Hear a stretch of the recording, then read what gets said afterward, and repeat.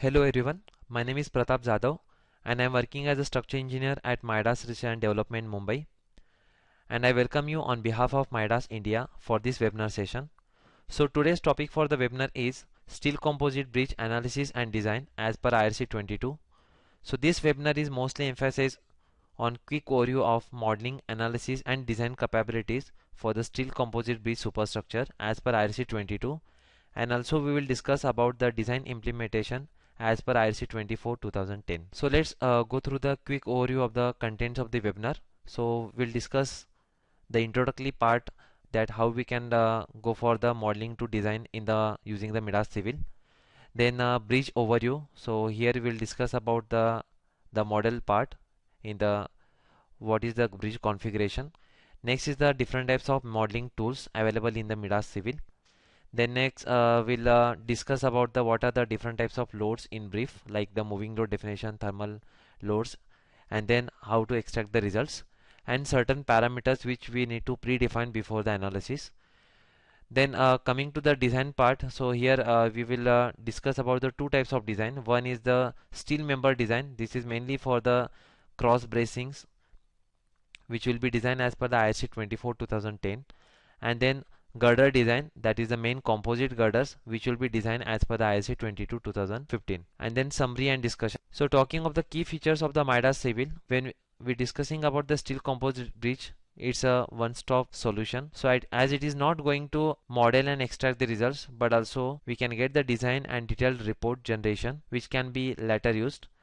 As we know, design is a iterative process for checking the sections in the design stage, and it is not safe. Then we need to go back to customize the sections to rerun the analysis and then check the design again, which is quite a lengthy procedure. So to reduce the time, we introduce the standard customized wizards, which will helpful for the most possible cases. Okay, so this is the hierarchy of the we can say the any of the modeling of the bridge in the software. So first we'll model the structure by any tools. So we have the certain wizards, or we can make the manual modeling, or even we can import the from the other tools like the AutoCAD DXF files. Then the analysis and results. Here first we'll apply certain loads like the static loads, moving loads, thermal loads and the dynamic loads, and then we'll extract the results, and then we'll check that particular section for the different parameters such as the flexure strength, shear, then stress at construction stages, as well as the stress at the serviceability condition, and then report generation. So coming to the overview of the bridge, so this is a straight simply supported bridge having the span of 28 meter, and the total width of the bridge is 12 meter. In cross section it has 5 girders, and each has the 2.5 center to center in the transverse direction, and these girders are connected by the diagonal bracings, and one can model the transverse cross beam also. So it is depending upon the geometry we can go for that, and this is the typical cross section of the girder. As per the modeling point of view, so there are various methods available in the Midas Civil. One is importing the AutoCAD file, second is we can import the other software files, third is creating the structure manually using the general methods aspect by general method like the node and element tab, that is generally we call it as a grace modeling approach. And then fourth one is a customized steel composite wizard, which is available in the Midas Civil. So here when you talk about this wizard, so we have the various means available, such as if you check the wizard based modeling, it consists of three major types of steel composite configurations possible. So first is a steel composite eye girder can be modeled, steel composite box girder, and then composite steel tub type of section. Okay, apart from this we have certain different types of element configurations, like we can model the structure consist of all our line elements, or all our plate type of elements, or the combined deck as a plate and the girder as a frame, or deck and wave as a plate and the flanges as a frame. So these are the customized options available in the wizards by which we can model the structure. Then talking briefly about this wizard based modeling, the fundamental objective of the using the steel composite bridge wizard is to generate the 3D finite model with the ease in relatively short period of time. So straight, curved as well as the skew type of bridges can be modeled with the various bracing configurations, and even the substructure modeling also. So both frame and plate modelings can be done here. So we have these modeling types available here, and this can be done by different ways. So here as we discuss about these tools, so we have a modeling part as well as a loading part, and also the construction sequences can be defined using the straightforward inputs and the intuitive interface of the wizard. So all the wizard input can be saved as a .wzd file format, and which can be reopened again to create the another structure. So moving further. Okay. So in the wizard configuration, this wizard consists of 4 main tabs. The first tab is the layout tab, is for defining the basic geometry of the bridge and the support conditions. So second tab is the section, which is defining the material and the section properties, and also defining the location of the girder and the bracing. Then third tab is for the loading, so which consists of the transverse geometry, like what is a crash barrier width, what is a clear carriageway, if there is any median, what is the width of that median. And then in the load part, so we have the two parts divided here, like the loads which are considering before composite action and the loads which are going to consider after composite action. And here also we have options for defining the live load. And then the construction stage analysis. So here again we have the options for defining the deck split type of construction, which is necessary in case of the continuous structures. So what will be the negative zone region, so accordingly you can specify that particular type of construction stage analysis. And also yes, we have the option for defining the reinforcement also. So just I will go for the demonstration now. So here I just go with the stepwise. We will share you the tutorial file for this particular steel composite bridge modeling and analysis. So first step, always we'll define the material properties. So if I go to the properties and the material properties, so here I will define the 3 types of material. One is for the girder, composite girder. So it is recommended to use this SRC type of material for the steel composite sections. So SRC represents the steel reinforced composite. So here I am selecting the material for the steel as ISS and the steel as FE410. And then for concrete I am considering here the IRC RC and M35 grade concrete. So the corresponding to that the material properties get listed here. I just click on add. Next material is for the concrete. So this is required at the time of composite section definition. So here I will select the again the IRC RC and the same material, that is M35.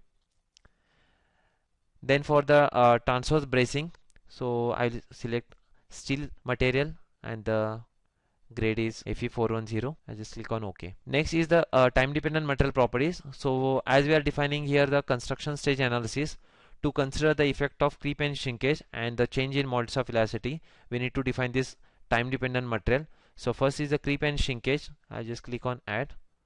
So before that I just set the unit system. So I'll go to the tools, unit system, and here meters, kilonewton, and the rest we can set as per the requirement. Now I'll go to the properties and the creep and shrinkage. So I'll just click on add. So here I'm defining the creep and shrinkage.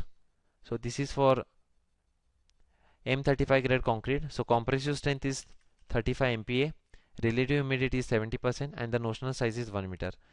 So this we will update using the change property option. And then type of cement as normal cement. So for this particular parameters, the program will calculate the as per the start loading and the end loading, it will calculate the creep coefficient and the shrinkage strength. Similarly I will define the compressive strength. So just I'll click on add. So compressive strength, I will select the IRC 112 and the compressive strength. So this is the mean compressive strength, that is a characteristic strength plus standard deviation. So this is 45 MPa, and we'll select here the normal cement. So for the 28 days the target strength will be 45 MPa. Okay. So these two material which we have defined, these are in blue color. So I just link these two material with the earlier defined material using the material link option. Okay. So this is very important. Unless if you not link this material link option, so the time dependent effect will not be considered under the construction stage analysis. So I am selecting here the M35 grade concrete. This is only the concrete material which you define separately, and just I will add and modify. Okay, so just I will rename these particular materials. So instead of this M35, I just give the name here, that is a girder. Okay, fine. Next is the section properties. So referring the section, I just click on add. So there are two methods where we can define the girder section. One is the composite tab. So this is specifically for the composite type of sections. Any section which is not fitting this particular standard templates, we can take the help of section property calculator, that is from the tools and the section property calculator here. Here our section will be fitting in this particular section library. So I just click on add composite and the steel I type on. Give the name as girder. So referring the section property, we'll input these particular parameters. So here the spacing of the girder is 2.5 meter in the transverse direction. Then the slab thickness, it is 0.22 meter. Then the haunch is 0.1. Then height, so this HW is the web height, that is 2.045. B1 is 0.4 meter. TF1, that is a top flange thickness, that is 0.025 meter. Thickness of the web TW, it is 0.012. Then B2 is the bottom flange width, that is 0.85, and TF2, that is the bottom flange thickness, that is 0.025 meter. Then here, as this is a composite sections, so we have the modular ratio which has to be calculated from the moles of elasticity from the girder to the moles of elasticity of the deck. So I just click on this select material from DB, and we will select here what is the material for the concrete, that is for the deck. So it is IRC, RC and M35, and for steel it is FE410, so that we are already listed there. So the program will calculate the modular ratio, density ratio, then Poisson's ratio for steel, Poisson's ratio for concrete, and this is a thermal coefficient for the steel to concrete. Okay. Here there is an option for considering the multiple moles of elasticity. So this is basically for a long-term condition. So if you are specifying the factor which is multiplied with this particular short-term moles of elasticity, so the program will override whatever the time dependent material property which we have defined, and it will consider this factor directly for the service stage. Okay, if you don't want to consider this one, then the program will take the moles of long-term moles of elasticity from the time dependent material properties. Okay, and here there is option for defining the reference point. So here always the program will consider the center line modeling. So whatever the node and element which will be created, that will be created at the CG location. Instead of that, we are considering the element location at the slab top location, which is vertically at the CG line. So I'll consider the center top. So this is the center line, and this is the top of this particular slab. Okay, so when you click on this display offset point, so this red point indicating the element to be created for this particular section. So I just click on OK and then apply. Then next section I will define it for the bracing. So I'll go to the DB user. Here we'll take the standard section. So I'll go to the angle section. I will select the database section, that is a Indian standard, and then select the section of ISA 130 by 135 10 mm. Okay, so this is a DB. If someone want to use the user defined section, so that is also can be possible. Then for modeling point of view, again this bracing, so I am considering here the centerline modeling for the bracing. So I am not changing this particular offset location for this particular bracing. Okay, so I'll click on OK. So this is a section definition. Now I just close this particular section property. So we'll go for the wizard modeling. So I'll go to the structure tab. So here we have a various types of wizards available as per the type of bridge. Okay, so here we are defining the steel composite bridge. Now this as we discussed, it consists of the 4 tabs. So here I am considering the under the layout tab, here I am considering the composite steel I type of section, and I am considering all the types of elements as of the line element. Okay, that is the relay structures. So we have the options, various options available here. Then span information, as we discussed earlier in the bridge overview. So its a span is 36 meter and the total deck width is 12 meter. So there is an option for defining the support skew angle. So with respect to this reference line, if you are taking this reference, so with respect to the y-axis, what angle it is making, that is the skew angle. And layout offset is nothing but, suppose if you are taking any reference, so from that reference what is the center line of your we can say the bridge, so that distance we are going to consider as a layout offset. Suppose if you are making it as a 0, then your center line of the bridge will be considered as a reference line. Okay. Radius, here then there is an option for considering the curved girders or the curved alignment, whether it is a concave or convex, and even we have options for defining the multi-curve also. Okay. Then the bearing type, so again we can model the two types of structure here. Either we can model the superstructure only modeling the bearings, or we can also model the substructure modeling the pier and as well as the pier cap. Okay. So in this case it will just consider only the superstructure part only. So under the bearing, again whether you want to model the elastic link, or you are simply directly giving the supports at the girder top location. So this is again the customized one. So here I am considering the axial stiffness to be considered. So and in other two direction it will be certain nominal stiffness, and the elastic link length is nothing but here we can specify the distance from this soffit of the girder to the top of the pier cap. Okay, so in between whatever the bearing plus pedestal distance we have, that you can consider as the elastic link length. Okay. Suppose if I select here the width substructure, this is basically reopen for the two span, okay, structure. Like if we want to model the pier cap and the pier, so for that purpose you can select these particular parameters, and you can predefine the sections which are for the pier cap and as well as for the pier. Okay. So here we are considering the bearing type only.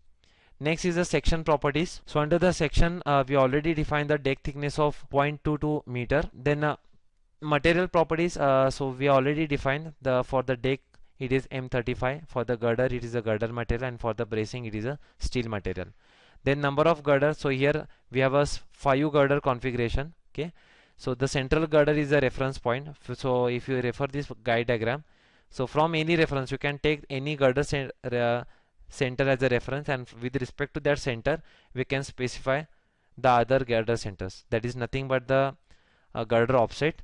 So here I am considering the middle girder as a reference, and with respect to that, so this third girder will be middle girder, so it will be 0, and then each girder is at a distance of 2.5 meter spacing. So okay, so left side it is minus 2.5 and minus 5, and vice versa on the right side. Then transverse deck element, here I am considering the girder is divided into a 1 meter division, and for each 1 meter division there will be a cross beam, dummy cross beam, okay, which is required for the distribution of the load due to the live load and the other loads.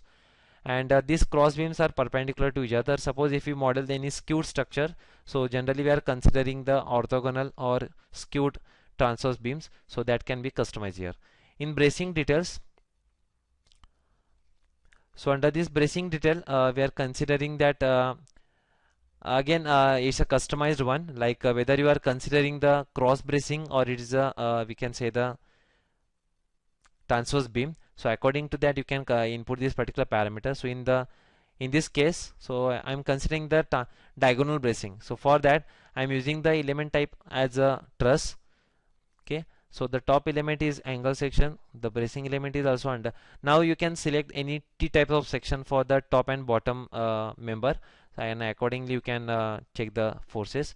Here I am selecting the X bracing, and the same section I am referring for the bottom member also. The gap between the top chord and this edge location, or we can say the soffit of this particular flange, so this gap you can specify here.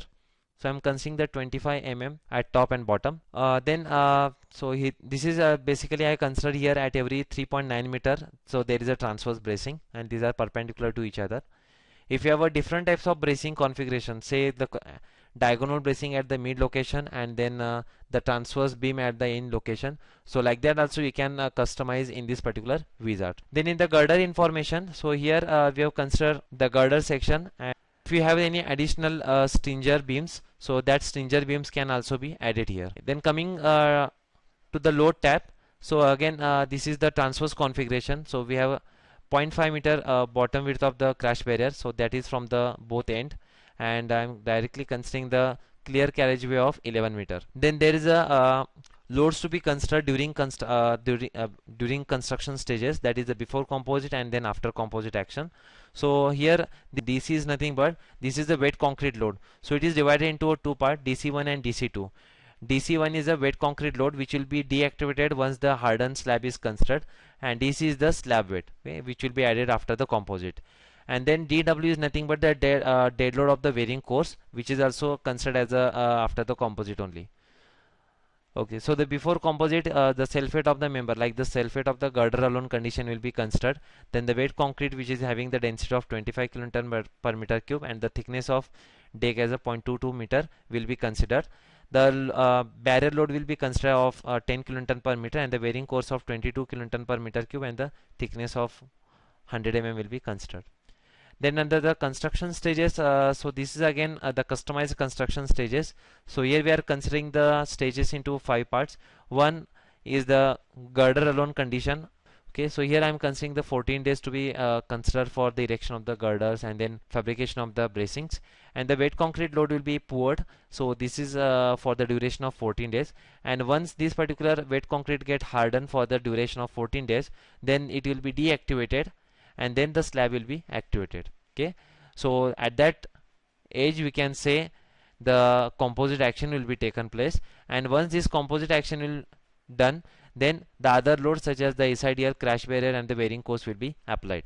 Okay, that is at the age of the 20th age of the slab. And then for the long term condition, we'll consider here the 100-year duration, and for that we'll check the creep and shrinkage effect. Next is the reinforcement. So this is basically when you are performing the design in the software, so to consider the reinforcement stiffness into consideration for neutral axis location as well as for the shear resistance check, so we have that particular option. So for this, now there are various methods available, so quickly I just define here from this option. So here I am considering the TMM grid size, and I will use here the input method B. One can use this multi-add option also, like from the reference we can specify what is the center line of the rebars. So I just specified this is the first and this is the last point, and here I'll specify the center to center spacing of the rebars.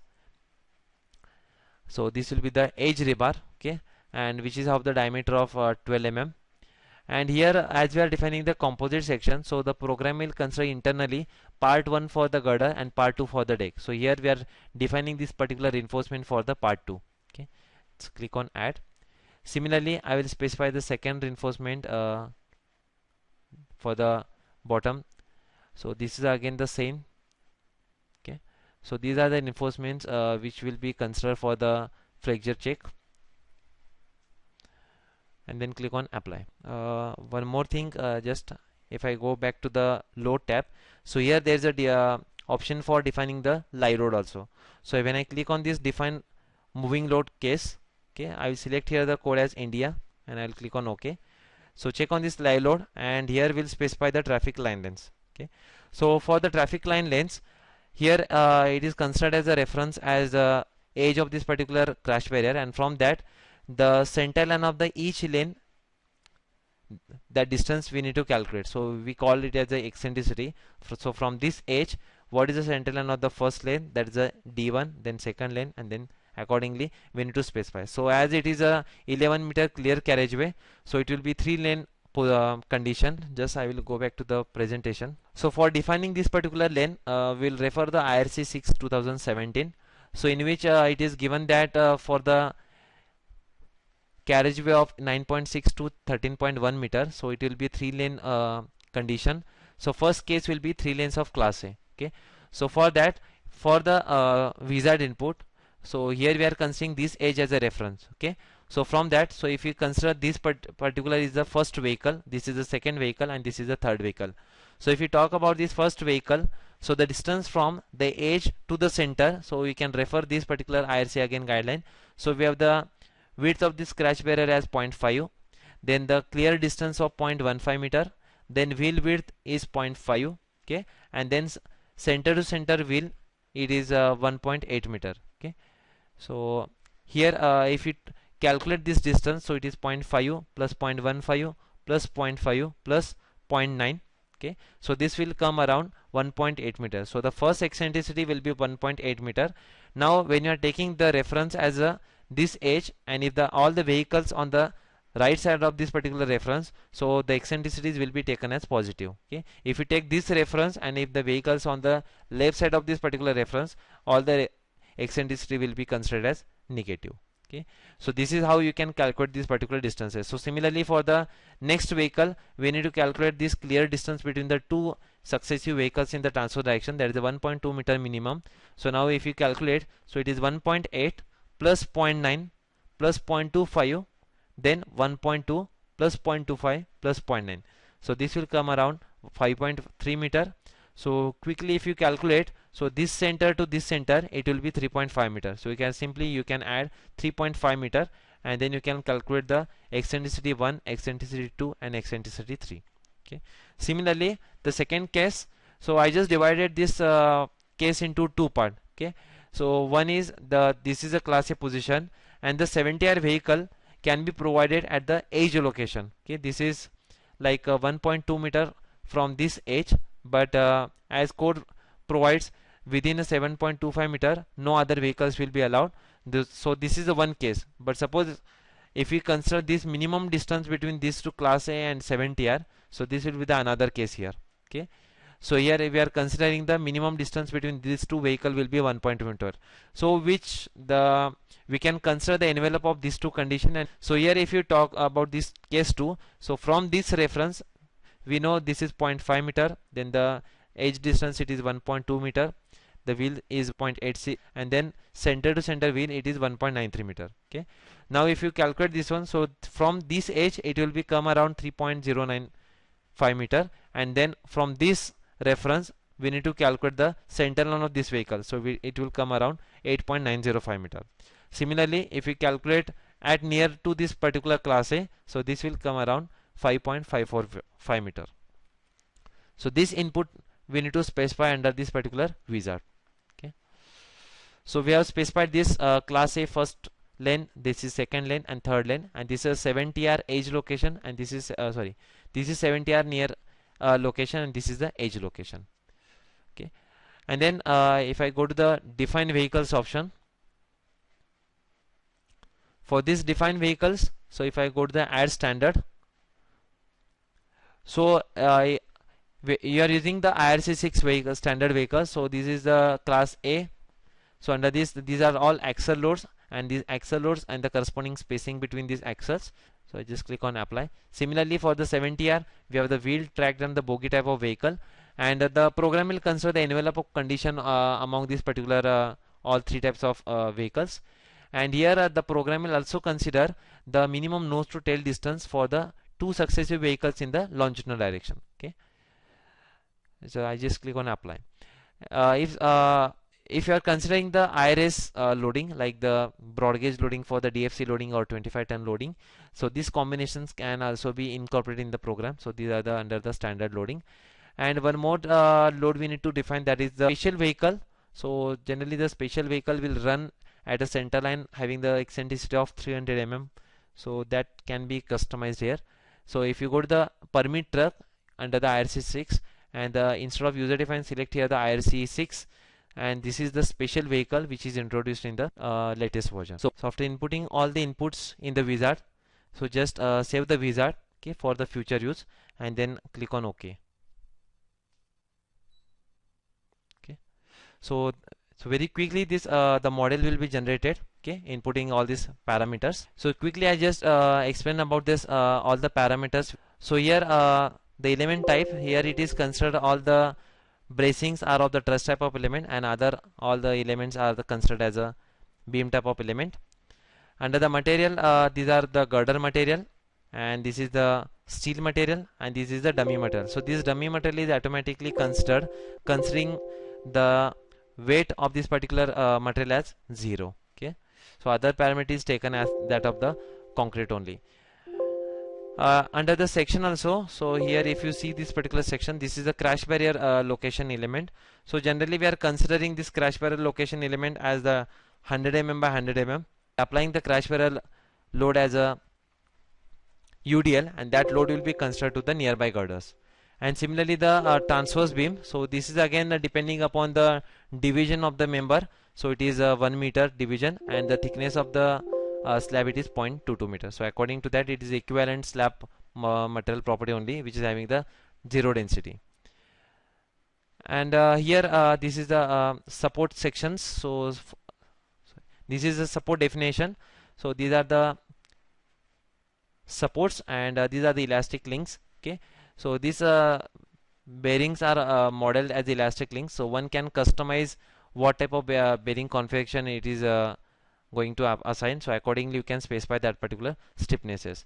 And these are the rigid links. So this is the auto generated from the model. So this is basically required for transferring the load from the top of the girder element location to the soffit level, or we can say the top of the bearing. Okay, so to transfer this load we have this rigid link. Next is the loads. So here again this self weight will be automatically considered globally. This is the wet concrete load which is applied as a UDL. So depending upon the width of that particular slab, the thickness and the density, so this load will be automatically calculated. This is the crash barrier load, and this is the bearing course load. Okay, next is the moving load definition. So for moving load we specified the traffic line lengths. So I just show you these positions. So this is the lane 1, lane 2 and lane 3. This is the class A condition. Okay, lane 4 is the 70R vehicle which is near to the class A. So just I will show this particular position. And then lane 5, this is for the edge location. Okay, fine. Now we have considered here the two vehicles, that is the class 70R and class A. Okay, here we will define one more vehicle, that is for the fatigue check. This is the fatigue load. So we have the fatigue truck which is given under the IRC 6 2017. So this is basically for checking the fatigue resistance, or we can say the stresses due to the fatigue. And this vehicle will be defined as a user defined vehicle, and for that the shear connector can be checked under the serviceability condition. So just I reopen the existing model.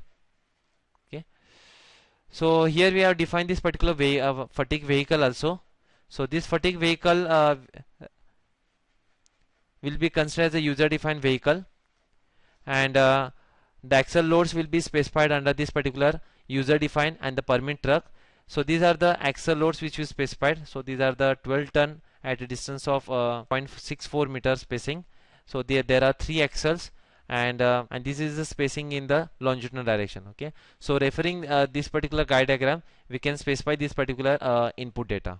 So once we define this traffic line lengths and the vehicles, then we'll combine these particular vehicles and the traffic line lengths. Okay, so that is from the load, moving load and the moving load cases. Okay, so here this is actually the predefined input data. So just I will quickly show you how to define this one. So first case is for the 3 lanes of class A. Okay, here we need to uncheck this particular auto live load combination. Here we are not considering the combination of class A and 70R as well as the footway. This is only due to the class A. So I just select here the 3 lanes of class A. These are the live load reduction factors. So the program will consider the third lane which is having the lesser 10% reduction in the live load. Now if you click on add, so here for the class A condition, I will consider here the minimum number of loaded lane as 0. Okay, it will start with a permutation and combination like at least one, then two vehicles loading, and then maximum 3 vehicles loading simultaneously. So this is how you can specify this minimum and maximum number of loaded lanes. Accordingly, the program will consider the moving load cases into 2 parts. Then select here the class A, and then select the lanes which we define for the class A condition. So select them and then click on OK. So this will be the condition for 3 lanes for the class A vehicle. Similarly, we need to specify the load case for the class A and 70R. Okay, so for that now this is for the class A plus 70R, and this 70R is at the edge location. Now here we need to create the 2 sub load cases, because at a time we can select only one load case, one vehicle here. So for first case, this will be the class A first vehicle. Okay, so just click on add, and then for second select the 70R, and then we have the nearby vehicle that is on the lane 4. So just combine this particular lane 4 and lane 1 for this particular combination. Okay, and then for fatigue we are consider the lane 4, that is a position for 70R only, and this permit vehicle will be added here under this moving load case. Okay, so once we define these parameters, so let's go back to the presentation. So after inputting these parameters, now the main important input that is for the construction stages. So here we are considering the two stage for the girders. That is, one is the girder only stage, that is when you are activating only the steel girders. Okay, and then we are applying then we are fabricating the transverse bracings, and we are applying the wet concrete load, and once that particular wet concrete load will be hardened, we'll consider it as a composite stage. So here it is actually the analytical model. So for each construction stages, and we are assigning the activation of the different loads at the different stages, and here there is an option for defining this composite section for construction stage, under which the program will divide this total composite section into two parts. So part 1 will be considered for the girder, and part 2 will be considered for the deck. So here if you see this part 1 we are formulating as an element, because we are modeling this particular complete composite section as a one single element, and under that element we are dividing into two parts. So part 1 we are considering it as an element which will be activated in this stage 1. Okay, and when this deck is activating, so we are considering it under the stage 3. So that part 2, here we are considering that part 2 as a material, okay, instead of the element, because we are not modeling again the separate element.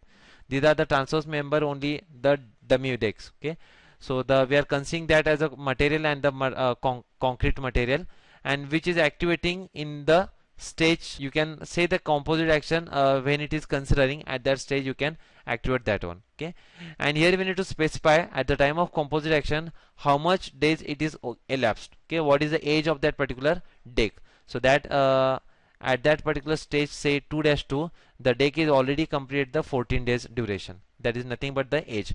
So according to this particular age, the notional size of this particular member will be calculated.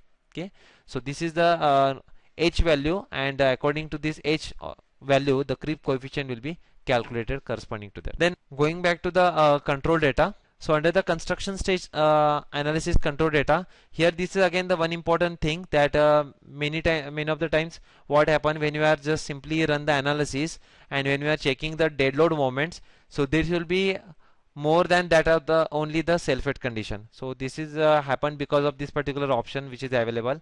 So if you not specified any of the load cases here, so the program will consider all the loads except the pre-stressing loads.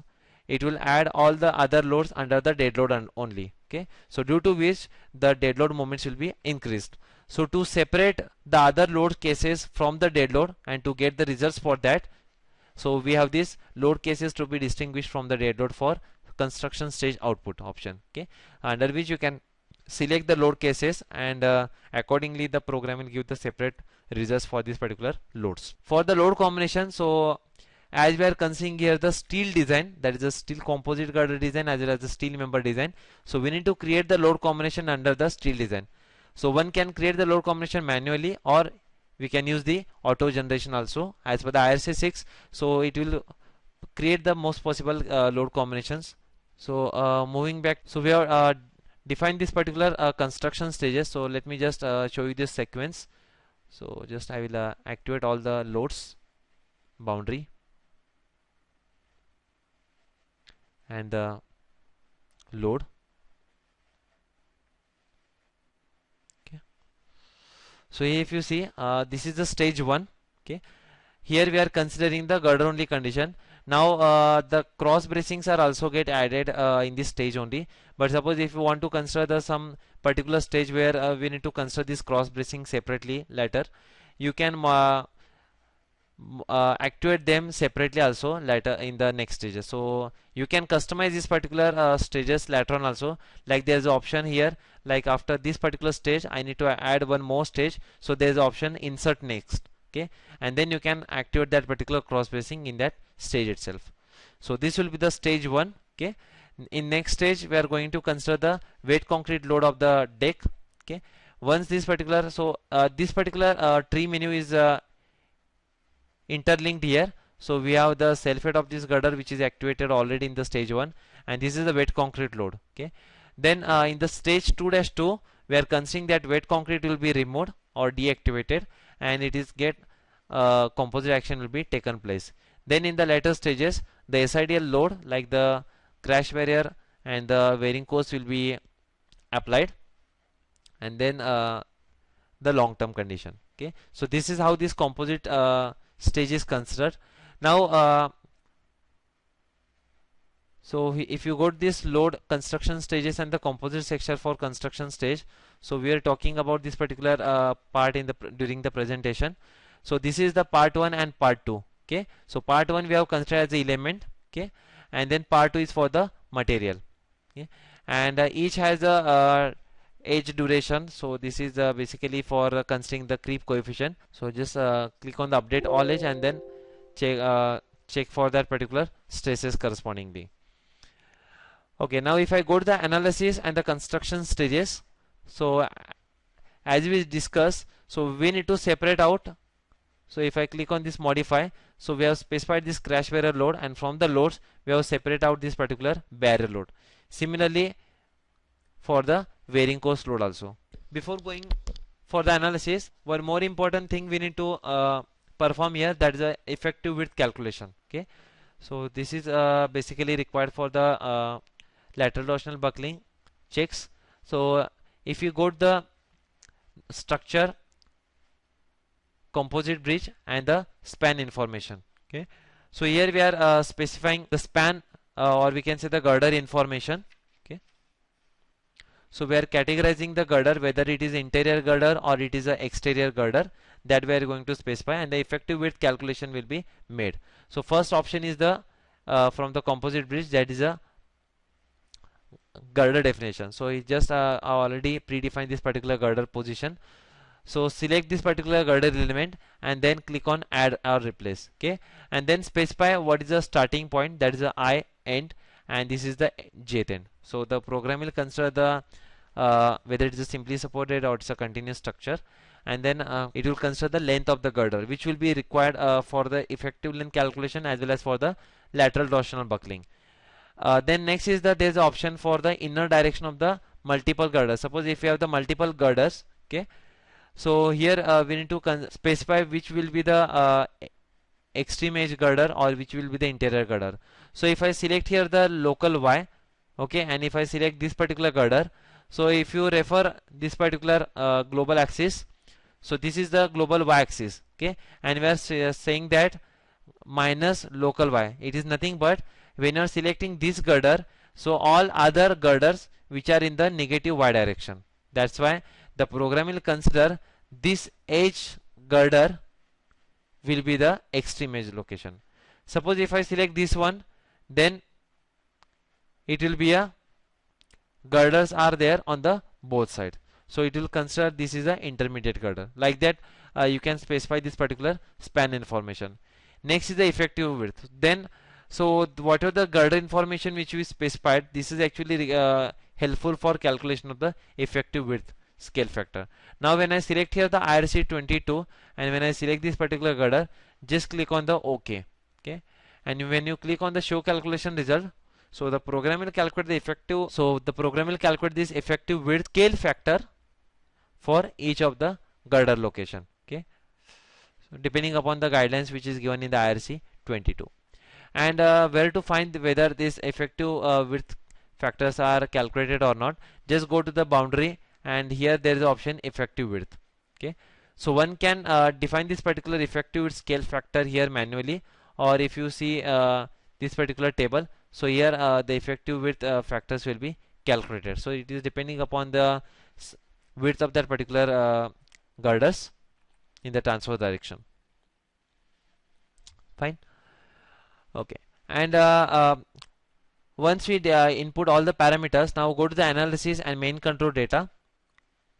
So this is again when you are specifying the reinforcement in the deck level, so to consider that particular reinforcement for the section stiffness calculation. So this is mainly required for the bending resistance, where we need to calculate the precisely neutral axis location. Okay, so that will be considered. And if you have any tapered section, so to consider the change in local axis for the tapered section, so it will reflect in the force as well as the stress checks. So once we input all these parameters, now just go to the analysis and perform the analysis. So after performing the analysis, we'll just go to the results and load combinations. So here we need to create the load combination under the steel design tab. Okay, so under this steel design, we can manually create this load combination. So here you can give the name. Active is nothing but whether it is a strength, that is a ULS combination, or it is a serviceability combination. Accordingly, the same combination will be taken in the design tab.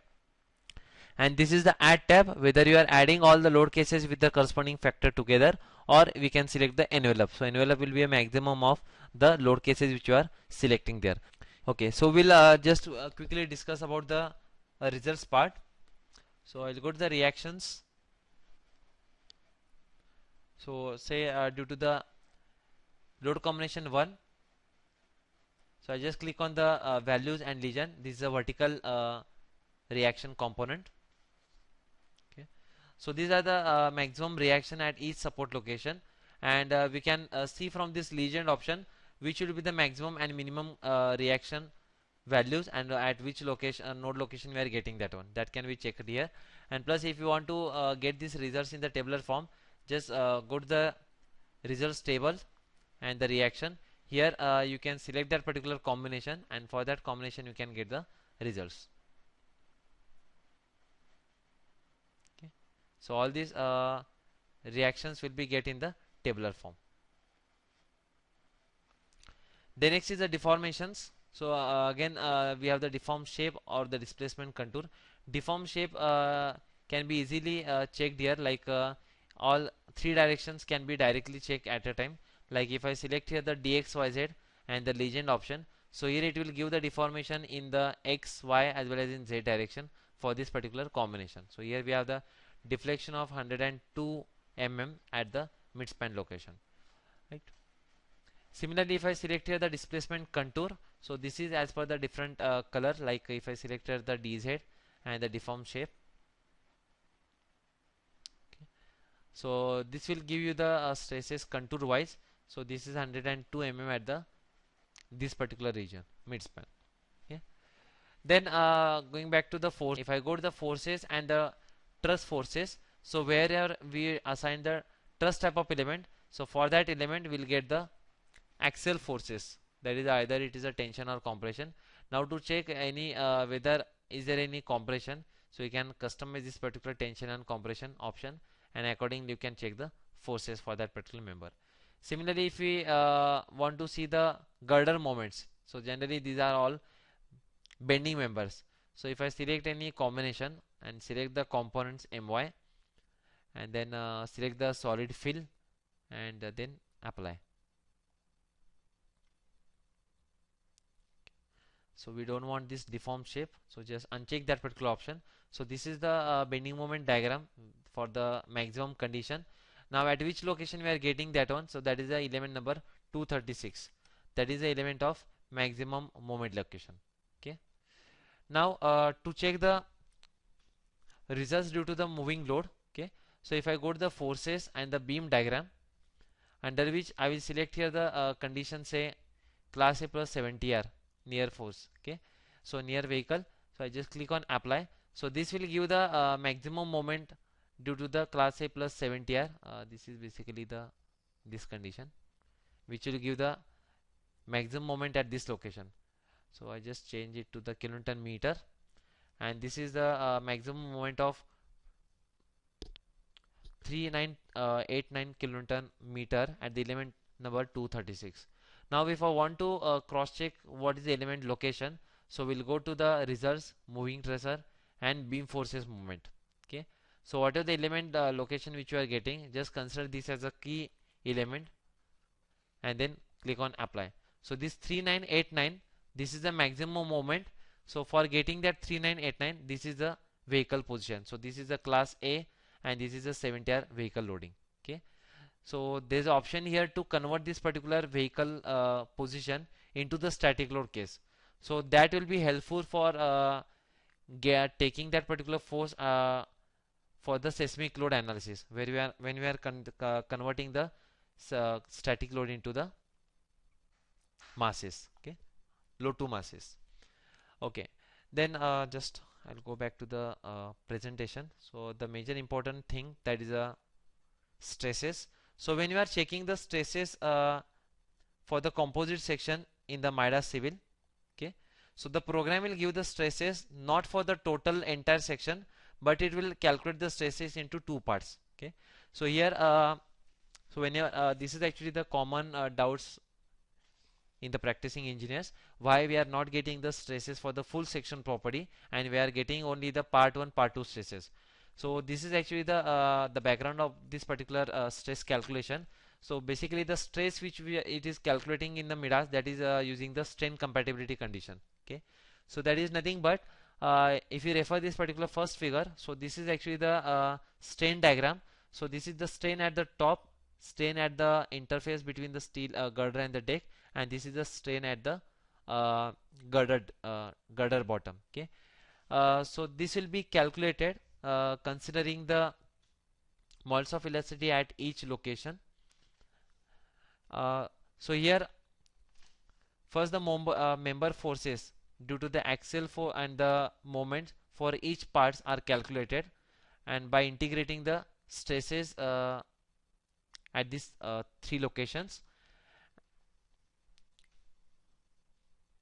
So once we calculate the strain at the these three location, then the stresses will be calculated part wise. So here stress at top will be calculated considering the moles of elasticity of the concrete and then strain at the top location. Similarly at the deck bottom, the moles of elasticity of the concrete into the strain at the bottom of the deck. Okay, so this is how the axial component and the bending component will be calculated and then they added together.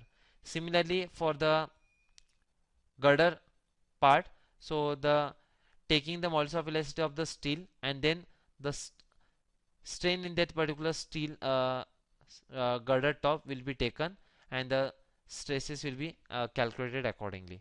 So this is so in brief, the member forces for each part are calculating on the basis of the strain compatibility. Okay, as we discussed. So if the concrete deck and the steel girder are modeled as a beam type of element which are rigidly linked, then the member forces will not be identical to the composite concept unless the spacing of the rigid link approaches the 0. Okay. Okay.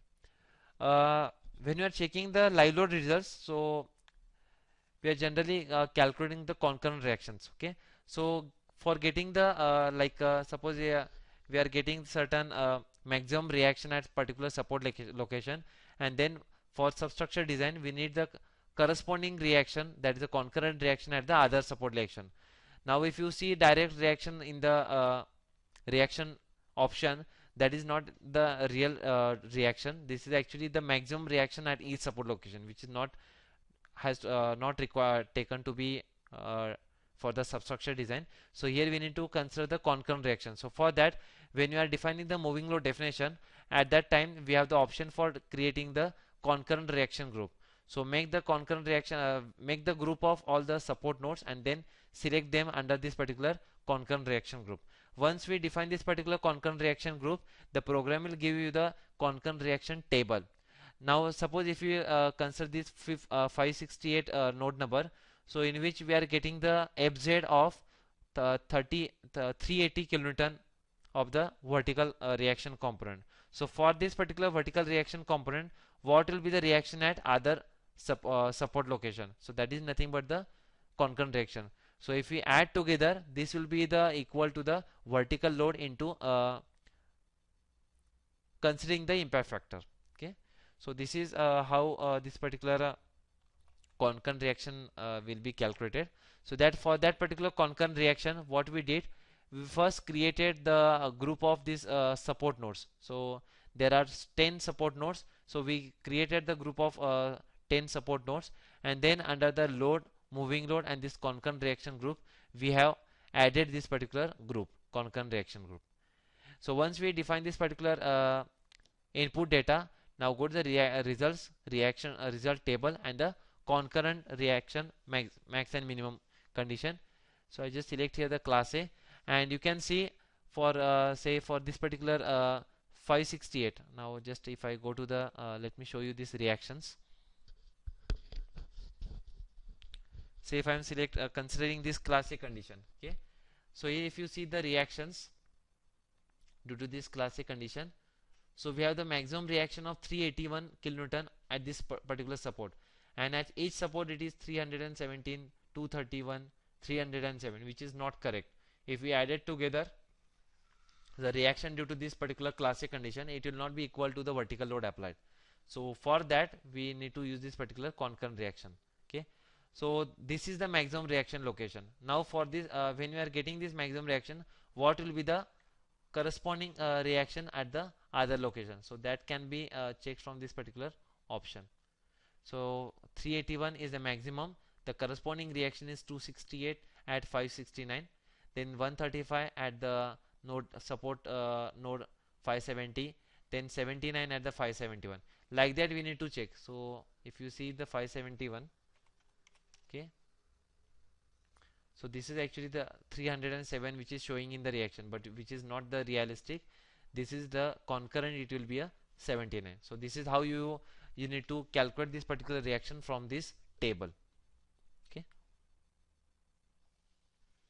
so I hope this particular part is clear for everyone. And when you are checking the stresses, if you go to the stresses and beam stress diagram, say if I select here the SLS case, say this SLS case, when you are checking the combined stress at the top, okay, so if I simply click apply option, so it will not calculate the stresses in the girder location, it will show the 0 stresses. Now if I select here the type 1 part as a part 1, so this is part 1 is nothing but the girder, okay, and 1 represent the top of this particular girder location. So when I click on apply, so this is the stresses at the top of the girder. So if I simply click on the Newton mm, okay, so this is the stress at top, which is the maximum minus 169. So positive represent tension and negative represent the compression. So there is a compressive stress of 169 at the top, and if you see the bottom, so there is a tension of 109 Newton per mm square at the top. So this is how the stresses for this top, and similarly if I see check the stress at the deck, so they are similarly we can check these particular stresses.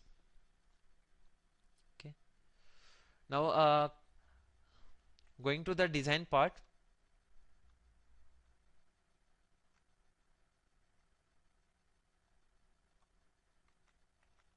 Okay, okay,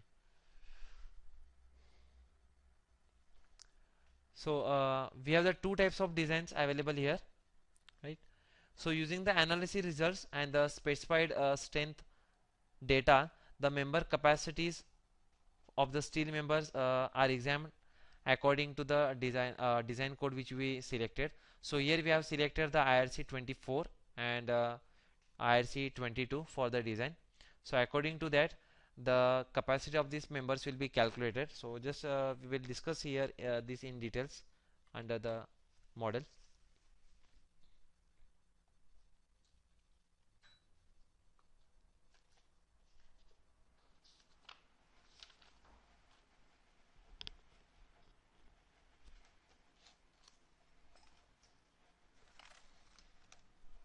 Okay, so if you go to the design part, so here there is the common parameters, so under which we need to specify the definition of frame and the modify member type. So definition of frame consists of whether it is a braced or it is an unbraced type. So according to that, the laterally braced condition will be taken into account, and the lateral torsional buckling checks can be performed for that.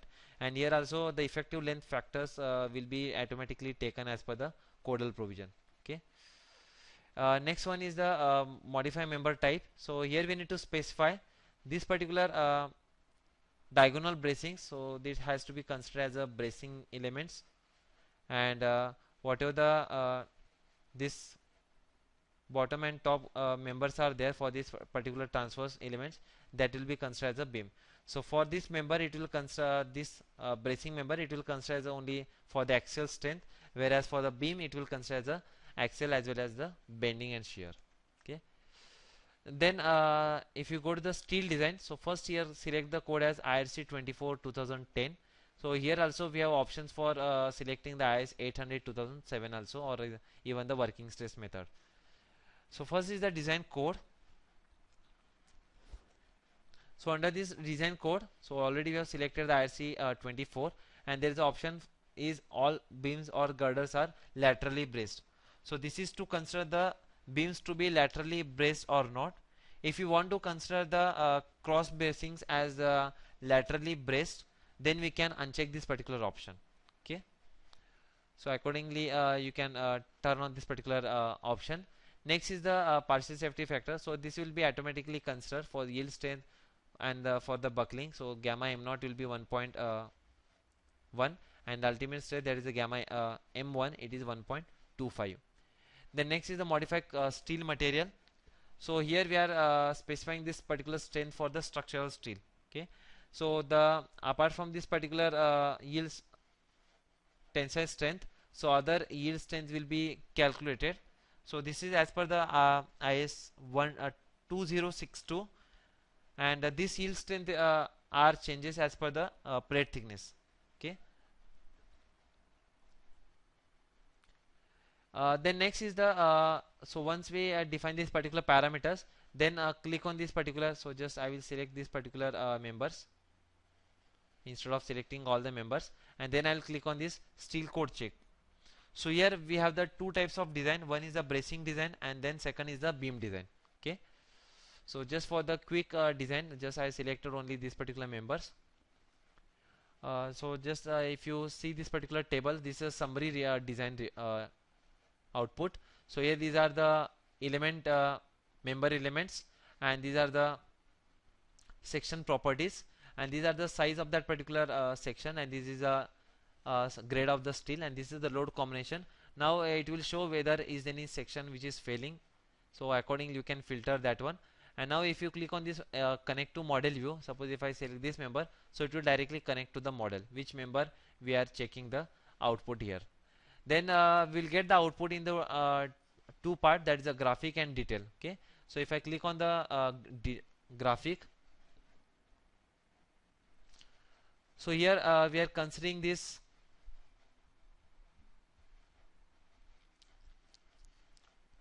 for the transverse member. So this is for the bending. Okay. So this will be here, these are the input parameters, what is the section name, what is the element length, okay, what is the material it is assigned, and then the member forces, so what is the axial force, bending moment, and the shear forces for that particular element.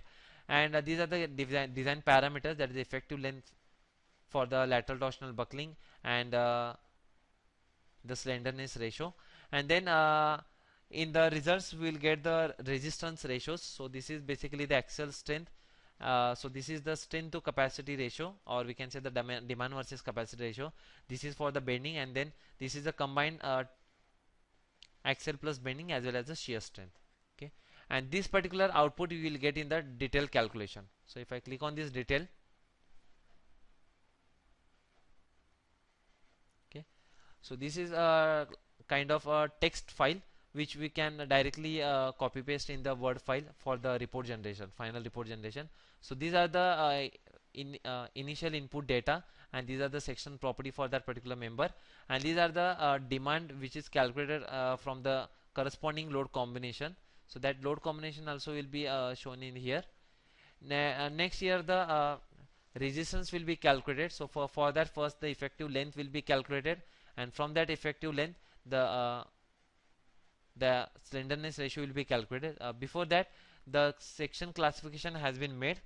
So this section classification will be as per the ratios which is specified under the IRC 24, and then the axial strength will be calculated considering this slenderness ratio, and then this particular capacity will be checked with the demand, and then if this particular ratio is lesser, means the higher is the capacity, means the this particular section we can reduce.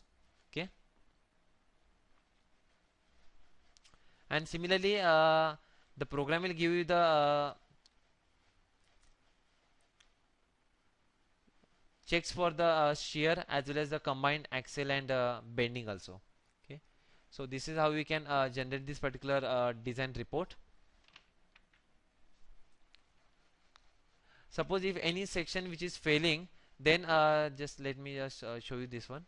So suppose if this particular section is failing, then there is a direct option for the changing that particular section. So when you select this particular member, just go to the change option, and then the program will check for the satisfied section from the list. Okay, so lesser than this particular section, which the program will give the section which is safer than that, and which is having the weight lesser than that. This is how you can optimize this particular section. Okay, now we'll go for the composite design. Okay,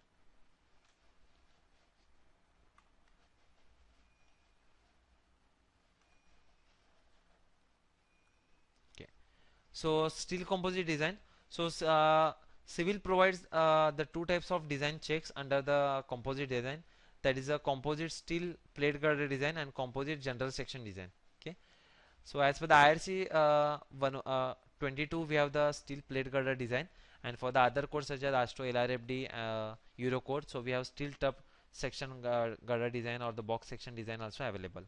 So the composite steel plate girder has are the one which are defined using the steel database, that is a steel tub or steel box sections, which is of the Midas Civil, and which are general section is nothing but which can be directly imported from the section property calculator, that is from the tool.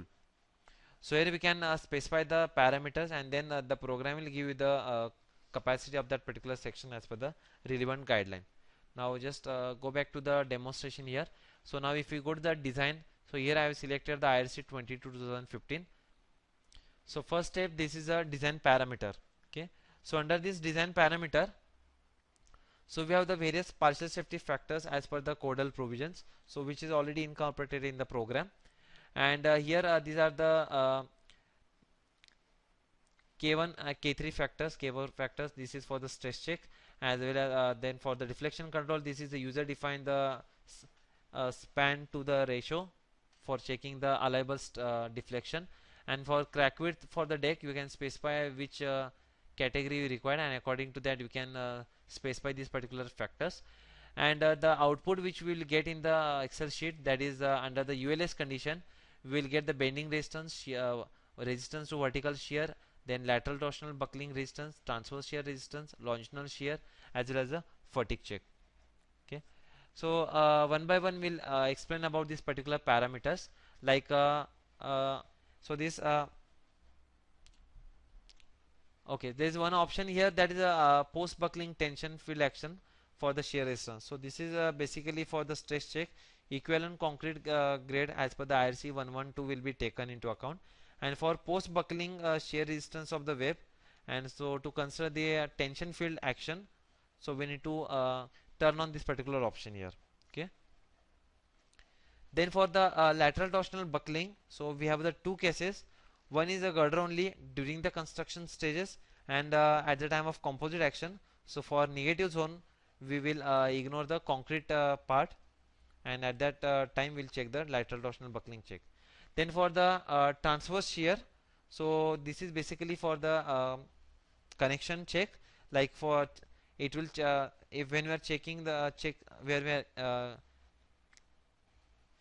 doing the check for the shear connectors, which is provided shear connectors are sufficient or not. So for that we have this transverse force check. Similarly, the longitudinal shear also will be checked for the provided shear connectors. And then we have the resistance to fatigue. So this is basically the stress check at the critical locations, for example near to the flange and the web junction, etc. So like that, for that region we can check the fatigue strength. Okay, under the serviceability we have the stress limitation, longitudinal shear, and the deflection and the crack width. Okay. Next one is a defined material. So here we can modify the material. So we already defined the concrete material, and then we need to specify the rebar, that is for the rebar which we define as a longitudinal steel under this particular deck.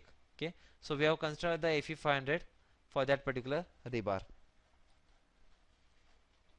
Next is the longitudinal reinforcement. So this we already added before the analysis. So here these are the longitudinal reinforcements which will be taken into account for the neutral axis location calculation. Next is the design position. Now this design position, if you again go back to the results, I just activate only this girder 2 because we have specified the span information for the girder 2.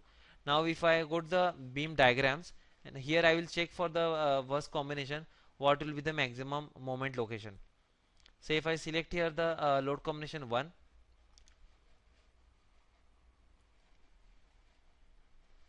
okay, so this is the maximum moment location, that is the element number 278. Okay, so this particular member we will check for the design. So if I go to the design, so here there is an option design position. So we'll specify the element number of 278 for the and we can specify both the ends of this particular member will be designed. So click on apply.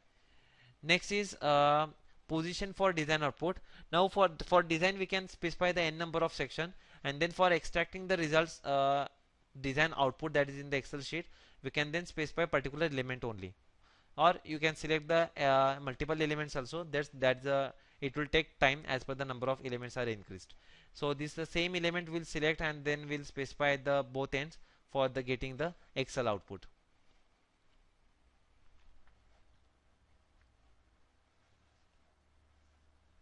Okay. Next is for the shear connectors. So for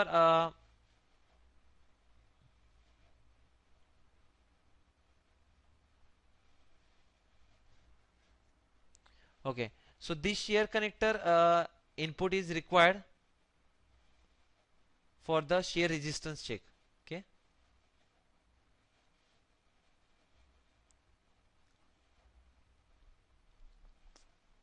so these values we need to refer the IRC 22, and according to that we need to specify these particular parameters. So here we are considering the shear connector input, such as this is the number of shear connectors. So here we will consider the two numbers, then the ultimate static strength. So this is basically the static strength of the shear connector. So we'll consider this is in Newton. So it is 149 kilonewton. Okay. Then diameter of the connector, so it is 25 mm. Then overall depth of the connector, it is 100 mm. Then center to center, so this is the spacing in the longitudinal direction. So this is 270 mm. Then this is the spacing in the transverse direction. So it is 150 mm. Then nominal fatigue strength. So this is the nominal fatigue strength for the connector for longitudinal shear resistance, and to check consider this under the SLS check. So this generally it will be 348.75 Newton. And then transverse reinforcement will consider the 100 because here we are not modeling any transverse reinforcement. So instead of that we'll specify directly the area and in the transverse direction, that is 100 mm square per mm. And then length of the shear plane, so this will consider as a 650 mm. Okay, that is a top flange. So I hope and then select the same element and then click on apply. Okay, then next comes is the transverse stiffener. So these transverse stiffness are required to check the buckling and for the crushing strength of the member.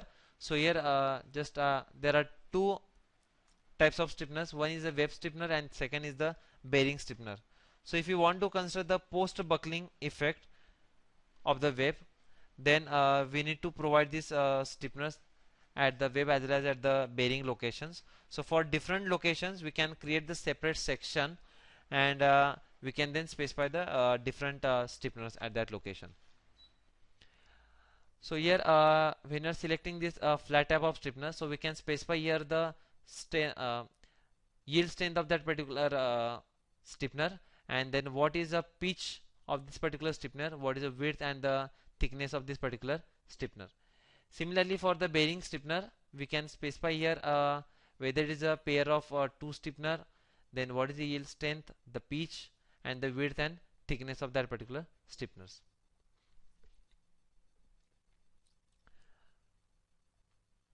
Then next is the transverse stiffener at the end support. So again this option is required when you are considering the post buckling effect. Okay, so according to whether to consider the tensile field action or not to consider, according to that we can specify this particular transverse stiffener at the end support. So here we need to check what are the node location which are considered as a support location. So select that particular node location and then specify the relevant data for defining the transverse stiffener at the end support. Okay, so I'm just not I'm not defining that one yet. Next is the lateral torsional buckling. So this is again to consider for the torsional unbraced length. Okay, so there are two conditions where we need to check the lateral torsional buckling check. One is the construction stage where the girder alone condition is there, and second is at the post composite action. Okay, so here we are considering there is a transverse bracing, or we can say the transverse elements at a spacing of 3.9 meters center to center. So for every 3.9 meter there is a transverse bracing, so specify that length as a 3.9 meter.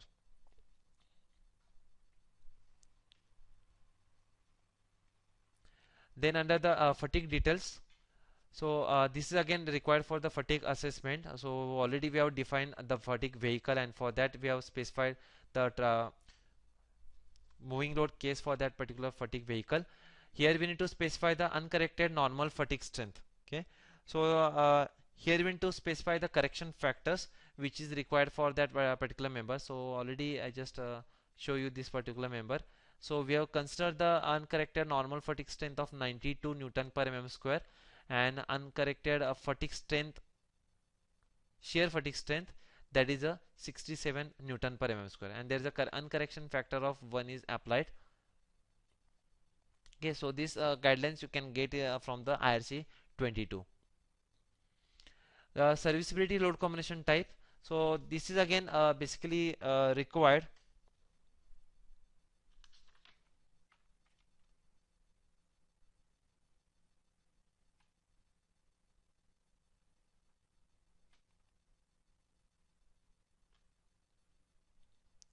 Okay, so here this is required for the stress check. Okay, so stress check, deflection check, as well as for the crack width check.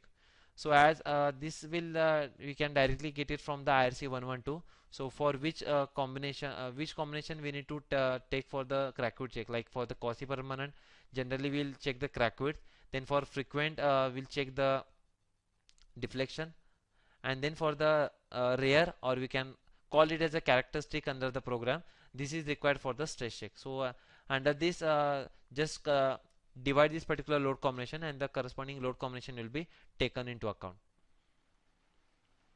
Then the load combination for the fatigue or the shear connector. So this is mainly required for the shear connector check. Okay, so whatever the all the serviceability load combinations which we have, so just divide them into different categories.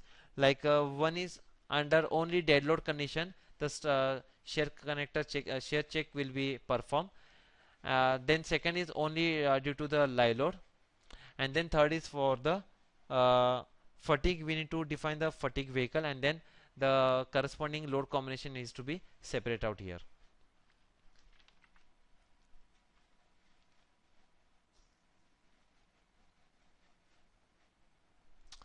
Okay, one more thing that if you not define this lateral torsional buckling values, then it will consider the full girder length as an unbraced length, and which is less economical.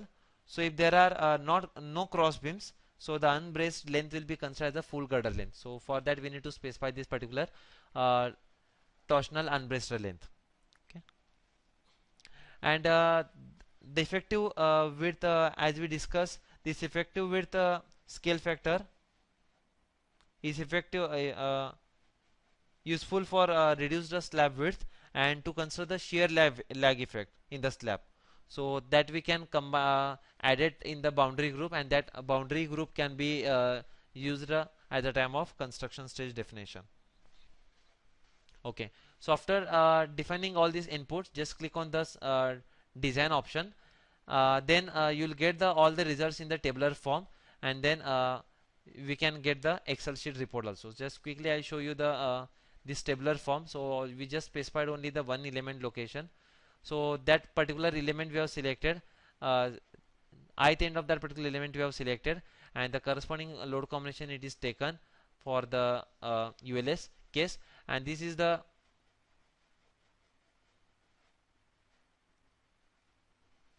okay. So this is the MED, this is the demand from the applied load, and this is the capacity of that particular member. Okay, so if this less means it is shown as a unsafe. Okay, similarly you can check for the n number of elements. Then we can get the results like the vertical shear, then stress limitation, fatigue limitation.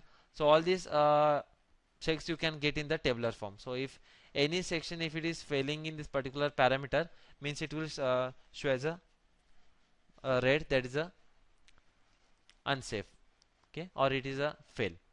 Now just I show you the output data, that is a Excel sheet report. So this is the detailed calculation sheet which will be generated from the program for the design output for the steel composite report as per the IRC 22 as well as the 24 implementation. So here we have just selected the particular element, and for that element it will generate this particular Excel sheet. So these are the partial safety factors. This is the section property which we define under the properties option. Then we have defined the two layers of the reinforcement in the deck, so that layers which will be shown here. The design strength will be calculated as per the partial safety factors and the steel rebars and the concrete area. Okay, and then the stiffener property. Also all the input parameters will be first tabulated here.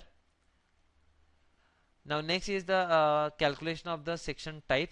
So first is the ULS check, that is for the bending resistance. Okay, so it will check for the positive and negative case. So this is the from the load combination, this is the demand of this particular section. Okay, so first it will calculate the what type of section it is, the classification of the section. So here it is a plastic type of section, so it is calculated as per the various ratios. So the section types such as plastic, compact, semi-compact, or the slender. So the slender design is also incorporated in the latest code IRC 22/2015. Then the plastic neutral axis location will be calculated, and depending upon the location of, so the moment of resistance will be calculated. Plastic moment will be calculated for the different cases. The next is lateral bending moment. So this is basically for the lateral torsional buckling check. So this is for the bottom flange which is not restrained and which is under the compression. So here this is for the steel only condition. So it will take the moment for the girder condition from the construction stages, and for that it will calculate the buckling resistance moment. The next is the for the shear resistance. So So the plastic shear resistance will be calculated and then it will be checked with the allowable value. Then next comes is the interaction. So basically this is the moment and shear interaction, and this is the axial and moment interaction. So this shear demand, if it is more than 0.6 of the capacity, then high shear condition will be considered, and and it will consider the reduced bending moment condition. So same calculation will be made for the axial and the moment interaction. Then for the transverse wave stiffener, so this is basically for the shear connectors. So we have this three types of spacing will be calculated here. Okay, so here we have this SL1, SL2, and then SR. So basically the SL1 is for the ultimate condition, the critical ultimate condition. SL2 is for the full shear check, for this is checked for the full shear check, and SR is for the serviceability criteria, that is for the fatigue strength. Okay, so the governing case from this three spacing will be taken into account. Then for the fatigue resistance to fatigue, so we have it is categorized into three different combinations. So stresses, maximum stresses will be compared with this particular strength, and the low fatigue check will be performed, and if it is lesser than the allowable value, then it is not required, but if it is more than the allowable value, means we need to perform the fatigue assessment. So for then further we need to perform the fatigue strength check, and we need to check with the allowable value. So if it is less, means we need to then customize the section property, and then we need to rerun the design procedure. Okay. Similarly, the under the SLS check, so we have the stress check, deflection, and the crack width. So again we have specified the for the stress check the corresponding parameters, and for the deflection we have considered the span by 600. So according to that, the program will calculate the allowable deflection, and it will compare with that. Same thing when we are making the Quasi-Parman type of load combination. So for that it will check the corresponding load combination, and it will get the crack width check. So this is how the design output can be generated.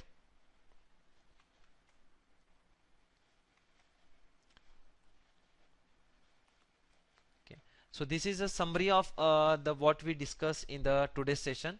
So if someone is want to go for the complete scratch to end, so for this is actually the summary of all the input which we discussed here.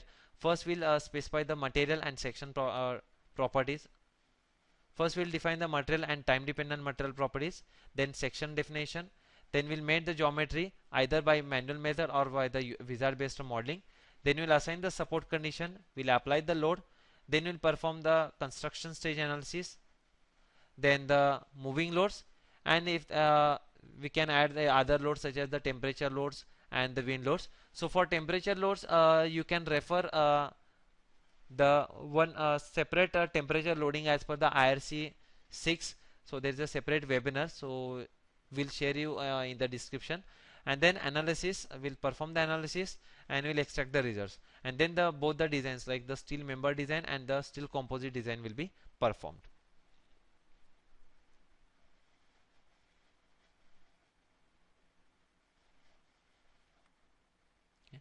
So these are the some of the functionalities that how the software is compatible for the analysis and design of the steel composite type of bridges. So thank you for attending this webinar, and if you have any query you can post the queries on the support portal, that is globalsupport.midasuser.com. So once again thank you, and be safe.